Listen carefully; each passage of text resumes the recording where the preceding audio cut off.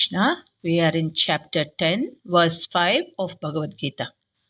Ahimsa samata tushtihi Ahimsa samata tushtihi tapodanam yasho yashaha tapodanam yasho yasaha bhavanti bhava bhutanam bhavanti bhava bhutanam matta eva pruthagvidaha.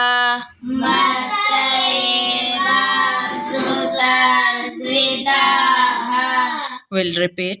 Ahimsa samata tushtihi Ahimsa samata tushtihi tapodanam yasho yashaha tapodanam yasho yasaha bhavanti bhava bhutanam bhavanti bhava bhutanam matta eva pruthagvidaha.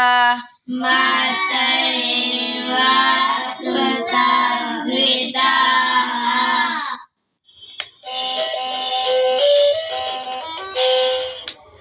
Hare Krishna. I'm Sunita Sunel with you in 2-minute Mahabharata stories. As in previous episode, Sri Krishna spoke about sage the deities, selfless sacrifice for greater good.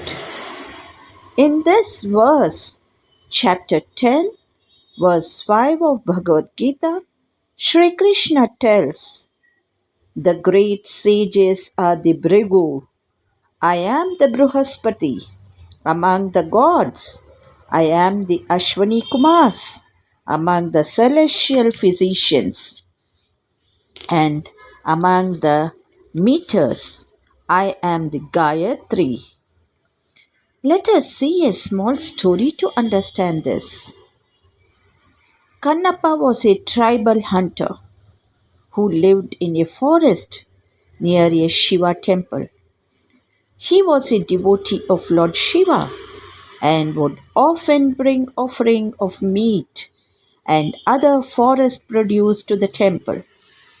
Despite being considered impure by the temple priests, Kannappa's devotion was pure and unwavering. One day, while Kannappa was worshipping the Shivalinga, he noticed that one of the eyes on the linga was bleeding. Without hesitation, Kannappa plucked out one of his own eyes to offer to the linga, stopping the bleeding. When the other eye on the linga also started bleeding, Kannappa prepared to pluck out his other eye also. Lord Shiva appeared and stopped Kannappa, revealing his divine form. Shiva was pleased with Kannappa's self-sacrifice. The moral is, devotion has no boundary. It is meant for all background and any status. Only purity of heart and sincerity in devotion is important.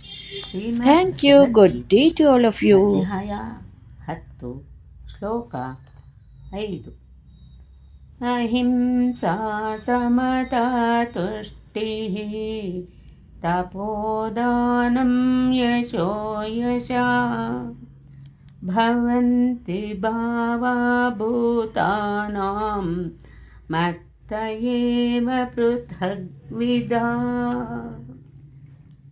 ಈ ಶ್ಲೋಕದ ಭಾವಾರ್ಥ: ಅಹಿಂಸಾ ಎಂದರೆ ಇತರರಿಗೆ ದುಃಖ ಅಥವಾ ಗೊಂದಲವನ್ನು ಉಂಟು ಮಾಡುವ ಏನನ್ನೂ ಮಾಡಬಾರದು ಎಂದು ಅರ್ಥ. ಸಮತ ಅಥವಾ ಸಮಚಿತ್ತ ಎನ್ನುವುದು ಮೋಹ ಮತ್ತು ಜಿಗುಪ್ಸೆಗಳಿಂದ ಬಿಡುಗಡೆಯನ್ನು ಸೂಚಿಸುತ್ತದೆ. ಅತಿ ಮೋಹ ಅತಿ ನಿರ್ಮೋಹ ಎರಡೂ ಒಳ್ಳೆಯದಲ್ಲ. ಈ ಐಹಿಕ ಜಗತ್ತನ್ನು ಮೋಹವಿಲ್ಲದೆ, ಜಿಗುಪ್ಸೆ ಇಲ್ಲದೆ ಒಪ್ಪಿಕೊಳ್ಳಬೇಕು. ತುಷ್ಟಿ ಅಥವಾ ತೃಪ್ತಿ ಎಂದರೆ ಅನಗತ್ಯವಾದ ಚಟುವಟಿಕೆಗಳಿಂದ ಹೆಚ್ಚು ಹೆಚ್ಚು ಪ್ರಾಪಂಚಿಕ ವಸ್ತುಗಳನ್ನು ಸಂಗ್ರಹಿಸಲು ಮನುಷ್ಯನು ಕಾತರನಾಗಿರಬಾರದು ಎಂದು ಅರ್ಥ. ಪರಮಪ್ರಭುವಿನ ಕೃಪೆಯಿಂದ ದೊರಕಿದುದರಲ್ಲಿ ತೃಪ್ತಿ ಕಾಣಬೇಕು. ಇದು ತುಷ್ಟಿ. ತಪಸ್ಸು ಎಂದರೆ ವ್ರತ. ತಪಸ್ಸುಗಳನ್ನು ಆಚರಿಸುವುದು, ಬೆಳಗ್ಗೆ ಬೇಗನೆ ಏಳುವುದು, ಸ್ನಾನ ಮಾಡುವುದು, ವೇದಗಳಲ್ಲಿ ಹೇಳಿರುವ ಇಂತಹ ಹಲವಾರು ನಿಯಮ ಬಂಧನಗಳು ಇಲ್ಲಿ ಅನ್ವಯಿಸುತ್ತವೆ. ಕೆಲವೊಮ್ಮೆ ಬಹು ಕಷ್ಟವಾಗುತ್ತದೆ. ಸ್ವಇಚ್ಛೆಯಿಂದ ಪಡುವ ಶ್ರಮಕ್ಕೆ ತಪಸ್ಸು ಎಂದು ಹೆಸರು. ಕೃಷ್ಣ ಪ್ರಜ್ಞೆಯಲ್ಲಿ ಪ್ರಗತಿ ಸಾಧಿಸಬೇಕೆಂಬ ಸಂಕಲ್ಪದಿಂದಾಗಿ ಆತನು ಇಂತಹ ದೇಹ ಶ್ರಮಗಳನ್ನು ಮಾಡಬೇಕೆಂದು ಸೂಚಿಸಿದಾಗ ಅವನ್ನು ಒಪ್ಪಿಕೊಳ್ಳಬೇಕು. ಇದನ್ನು ಭಗವದ್ಗೀತೆಯಲ್ಲಿ ಅಜ್ಞಾನದಲ್ಲಿ ಮಾಡಿದ ಉಪವಾಸ ಎಂದು ವರ್ಣಿಸಿದೆ. ತಾಮಸದಲ್ಲಿ ಅಥವಾ ರಾಜಸ ಪ್ರವೃತ್ತಿಯಲ್ಲಿ ಏನನ್ನು ಮಾಡಿದರೂ ಅದು ಆಧ್ಯಾತ್ಮಿಕ ಮುನ್ನಡೆಗೆ ಸಾಧನವಾಗಲಾರದು. ಸಾತ್ವಿಕವಾಗಿ ಏನನ್ನು ಮಾಡಿದರೂ ಅದು ಮನುಷ್ಯನನ್ನು ಮುನ್ನಡೆಸುತ್ತದೆ. ವೇದಗಳ ಆದೇಶದಂತೆ ಮಾಡಿದ ಉಪವಾಸವು ಮನುಷ್ಯನನ್ನು ಆಧ್ಯಾತ್ಮಿಕ ಜ್ಞಾನದಲ್ಲಿ ಶ್ರೀಮಂತಗೊಳಿಸುತ್ತದೆ.